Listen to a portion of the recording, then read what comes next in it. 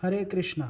Another very easy question given है कि integration का value a plus B root two minus root three minus root five plus C root six minus root seven है। तो फिर हमें बताना है a plus B plus C का वैल्यू क्या होगा। तो integration is from 0 to 3 greatest integer of x square plus greatest integer of x square upon 2 dx। तो इस इंटीग्रेशन को हमें ब्रेक करना पड़ेगा। तो ये हो जाएगा इंटीग्रेशन फ्रॉम 0 टू 1। 0 और 1 के बीच में एक्स स्क्वायर का वैल्यू 0 और 1 के बीच ही रहेगा। तो ये ग्रेटेस्ट इंटीजर का वैल्यू 0 हो जाएगा।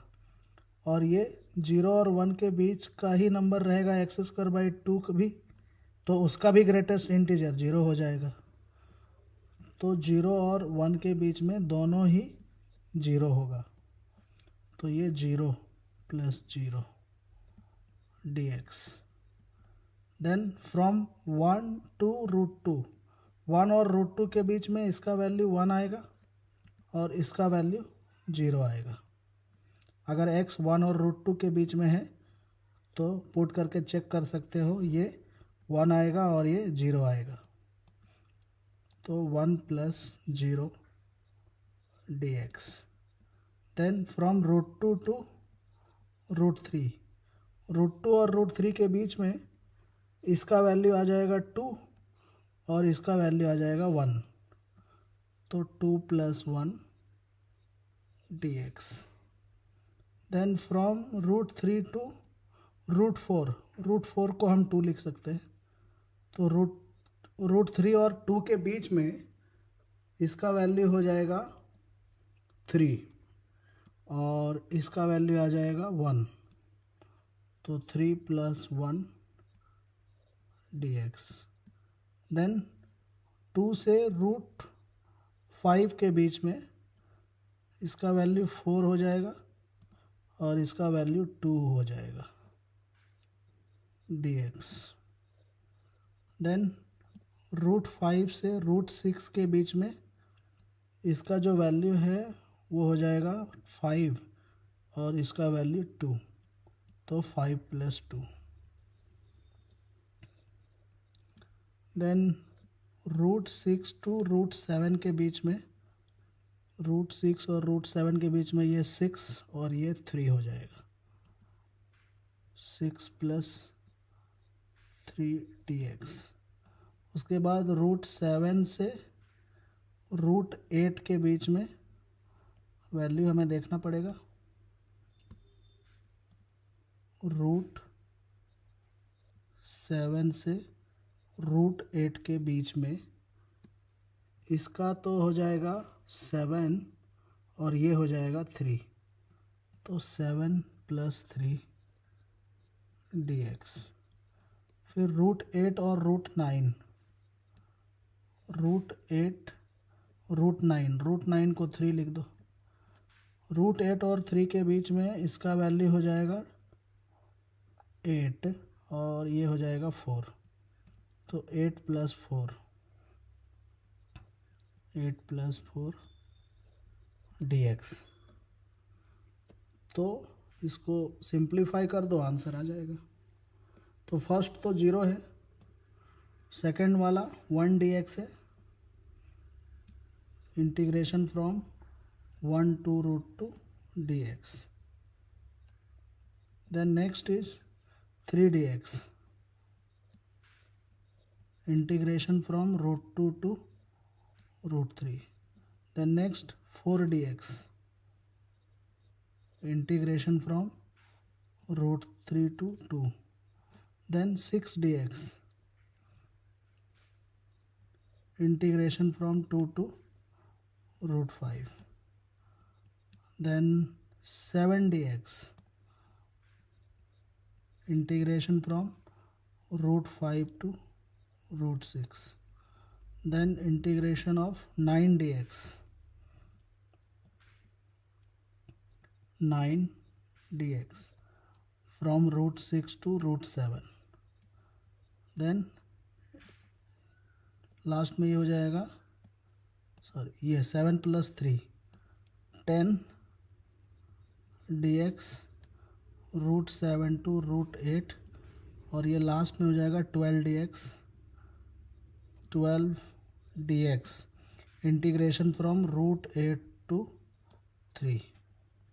अब इसको सिंप्लीफाई करना है तो ये हो जाएगा dx का integration x limit from 1 to √2 3x limit √2 to √3। मैं डायरेक्ट लिमिट पुट कर दे रहा हूँ। लिमिट पुट करने के बाद ये आ जाएगा, फर्स्ट वाला आ जाएगा √2 - 1, सेकेंड वाला आ जाएगा 3 टाइम्स √3 - √2, ये हो जाएगा 2 - √3, ये हो जाएगा 6 टाइम्स √5 - 2, देन ये 7 times √6 - √5, then 9 times √7 - √6, 10 times √8 - √7 and 12 times 3 - √8।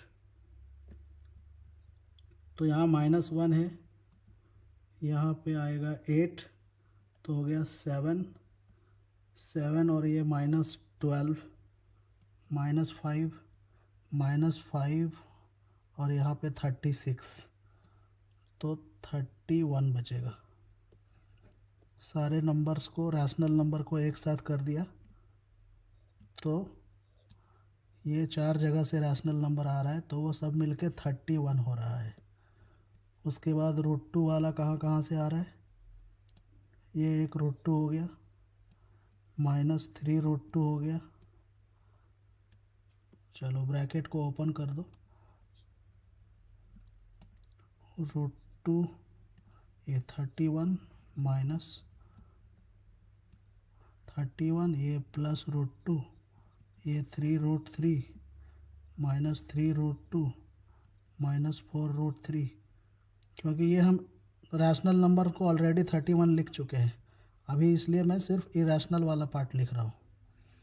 उसके बाद ये हो जाएगा 6 √5 + 7 √6 - 7 √5, then 9 √7 9 √6 10 √8, then 10 √7 -12 √8। ये हो गया, रैशनल नंबर एक साथ कलेक्ट कर लिया, 31 हो गया, और जो बचा हुआ इरेशनल नंबर है उसको लिख लिया। अब ये जो इरेशनल नंबर है इसमें से जो लाइक टर्म्स है उसको एक साथ कलेक्ट कर लो। जैसे ये 10 √8 है, इसको हम 20 √2 लिख सकते हैं, और इसको लिख सकते हैं 24 √2। तो ये दोनों मिलकर कितना हो गया, -4 √2 -4 √2 -3 √2 -7 √2 -7 √2 और प्लस √2, तो -6 √2 हो जाएगा। तो 31 -6 √2।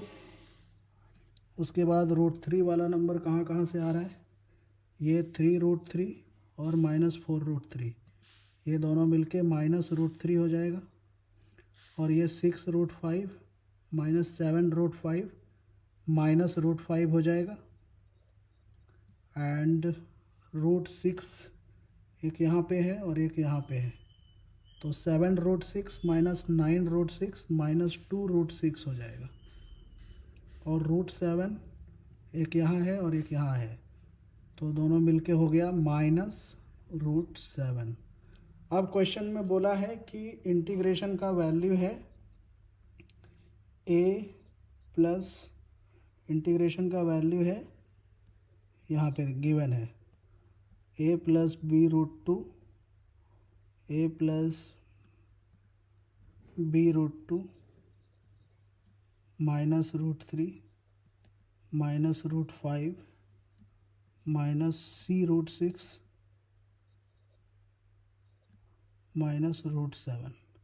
तो दोनों को कंपेयर करो, a के जगह हमारा 31 आया है, a is 31, b is -6, c is -2। तो हमें पूछा है a plus B plus C का वैल्यू क्या होगा। तो a plus B plus C का value means 31 minus 8 equals to 23। 23 is the correct answer.